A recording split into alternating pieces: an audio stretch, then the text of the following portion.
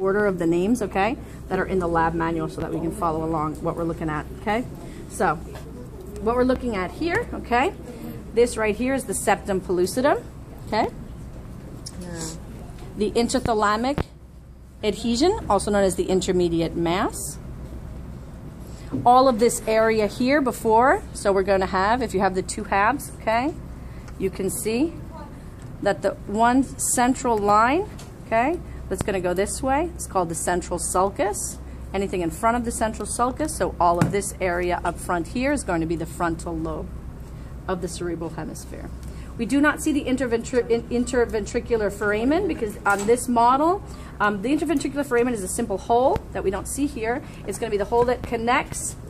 So these are the this is the model of the ventricles. Here I've got the lateral ventricle and the third ventricle. So this little bridge, this little hole is the interventricular foramen, which is going to connect then the lateral ventricle, which is this kind of ram horn thing, to the face, which is going to be the third ventricle, okay? That interthalamic adhesion, or the intermediate mass, is what's this hole here. So everybody wants to label that as the foramen, but it's not, because this is a model of the cavities that are in the brain. So in the brain, this is hollow, this is empty, and this is filled with fluid.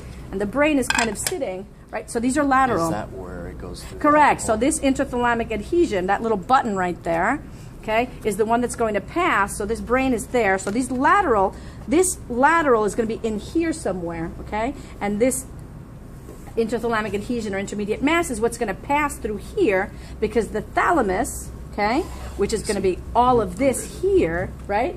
All this thalamus then is going to be, it's like two eggs that are lateral to each side, okay? And those are then going to be connected to each other with that interthalamic adhesion, okay? So, so the foramen is where? The foramen, the interventricular, so I've got an inter between ventricles, interventricular.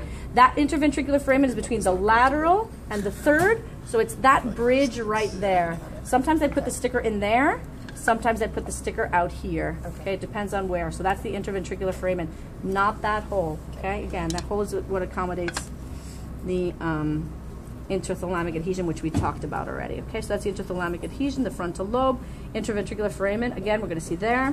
The anterior commissures. So we're going to have these bridges between the right and the left hemispheres of the brain. Yeah, we're good. Thank you, Chandra. Is it there? Appreciate it. And those are going to be made up of white matter, meaning they're just going to be the tracks. They're going to be the axon, the myelinated axons. The important structures are going to be this large one here, which is called the corpus callosum, and I'm going to have an anterior commissure, and I'm going to have a posterior commissure, which is going to be that one right there. Is that the posterior? Nope, that's the posterior commissure. My apologies. That was the pineal gland. Okay, so the posterior commissure. So these are white axons that are connecting then the right and the left. So I've got one in the front and one in the back. So anterior commissure. The hypothalamus is flattened like a funnel, okay? It's going to be this portion that's below the thalamus. Coming off of that hypothalamus, we're going to have a stalk. Okay, this stick right here, that's the stalk. The pituitary stalk, and coming at the bottom is the pituitary gland. So that pituitary gland is the one that sits, if you remember, in that hypophyseal fossa of the sella turcica. So the pituitary gland or hypophysis are going to be synonyms. So there I've got the pituitary gland. When you get your sheep brain, you're going to see that this comes off. In the center of this stalk, there's a hole. The hole is called the infundibulum. And where does that pituitary sit inside the skull itself? It sits inside that sella turcica. Remember that was we had the sphenoid bone had like this saddle, the Turkish saddle. Yeah. And then it had it in the front and the back, and it had like indentation. It sits right there, perfectly nice and snug.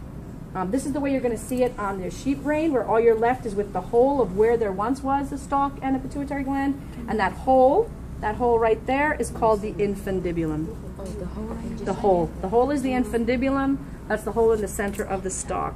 Okay. Okay. So I wanted this half so I can follow like this. All right. So, so we had hypothalamus, thalamus, and above it is the epithalamus. The epithalamus then is going to be this coming off. Does this label it?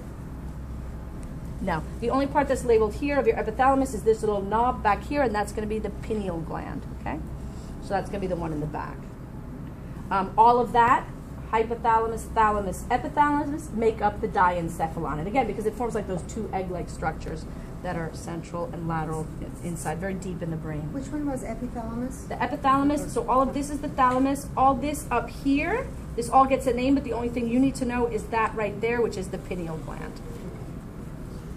Okay.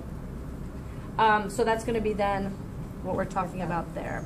The optic chiasma is where the optic nerve, when it comes in, crosses over. So it's this that we're cutting right through, smack dab in the middle. So the stalk is between the optic chiasm and the mammillary body. Okay, because it reminded some gentleman of a little breast. Okay, so that's where it gets that name. So optic chiasm, then the infundibulum comes off, and then you've got that mammillary body. They're going to have a brain stem. This is all the brain stem. The brain stem has 3 parts to it. It's going to have the midbrain, the pons, and the medulla. Okay? So again, midbrain, pons, medulla, and then the spinal cord is what's going to be coming down off of it. I'm going to start up at the top again on the right-hand side. Okay? So anything that we had, this central sulcus, anything in front of the central sulcus is going to be the frontal lobe.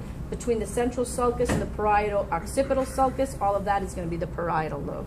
So that's the parietal lobe of the cerebral hemisphere. Okay, all of this is called the corpus callosum. This is called the cingulate gyrus. This one up here. It's not labeled on this picture. It's labeled somewhere, but that's the cingulate gyrus. That one right there. So a cingulate gyrus, corpus callosum. The fornix then is going to be this bridge that's coming down like that. That's going to be the fornix. Choroid plexus, okay, we're going to have choroid plexus are going to be these clusters of blood vessels that we're going to have in the lateral, the third, and the fourth ventricle. And that's going to be the blood source from where those ependymal cells are going to make the CSF. So here, the only place that I see is this peachy colored stuff here. That one's going to be then the choroid plexus. Then we've got the occipital lobe. Again, if we've got posterior to this occipital parietal sulcus, behind that, all of that's going to be the occipital lobe. We had the thalamus. The thalamus is going to, so all of this indentation here is the third ventricle. So again, all of this face here, this kind of there, all of that corresponds to this area here, that indentation. So the gap itself is the third ventricle. We talked about the posterior commissure, so you're going to have the pineal gland coming off the epithalamus. Okay, the pineal gland, and that one in the back is called the posterior commissure. So we had posterior commissure in the back, anterior commissure in the front. The pineal gland, we already said that. Pineal gland is superior to the, yes, posterior, we're good. I'll get there. So now, so all of this region here is called the midbrain. Okay, the midbrain is going to have these stalks like that. These are called the peduncles of the midbrain, okay? Those that are holding things up. In the back, coming off of this midbrain, we're going to have these 4, they look like 4 little testicles coming off, 4 little knobs coming off. All 4 together make up the corpora quadrigemina. Corpora means body, quad 4. The 2 top little testicles are called the superior colliculi, okay? And the 2 bottom ones are the inferior. So this knob, when you get the sheep brain, the first thing it's going to ask you to do is to separate, to kind of pull the cerebellum down and to pull the occipital lobe up, and you'll be able to see these nice little four structures in the back. So again, the whole structure is called the corpora quadrigemina. The 2 on the top are the superior colliculi. The 2 on the bottom are inferior colliculi. Connecting then this third ventricle, which is this indentation here, to this indentation here, right at where the cerebellum is going to come off. This is the fourth ventricle. The tube that connects those is going to be the cerebral aqueduct. So I can label this cerebral aqueduct here, or I can label a cerebral aqueduct on the models of the ventricle. Okay?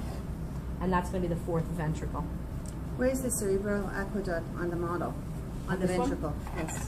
All of this stalk right here. All this. The edge. All that. So it connects this third ventricle, kind of looks like the face of a whatever you want to call it, with the eye and the beak. And then all of this here is the fourth ventricle. What connects these 2 is that stalk, cerebral aqueduct. Okay?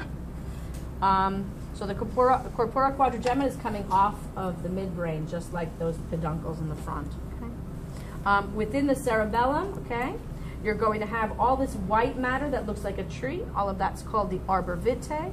Okay? And I don't have a choroid plexus here in the fourth ventricle. And all of this is the cerebellum. And that's everything that's labeled on the figure. So cerebral is anything related to the brain, right? Cerebral, correct.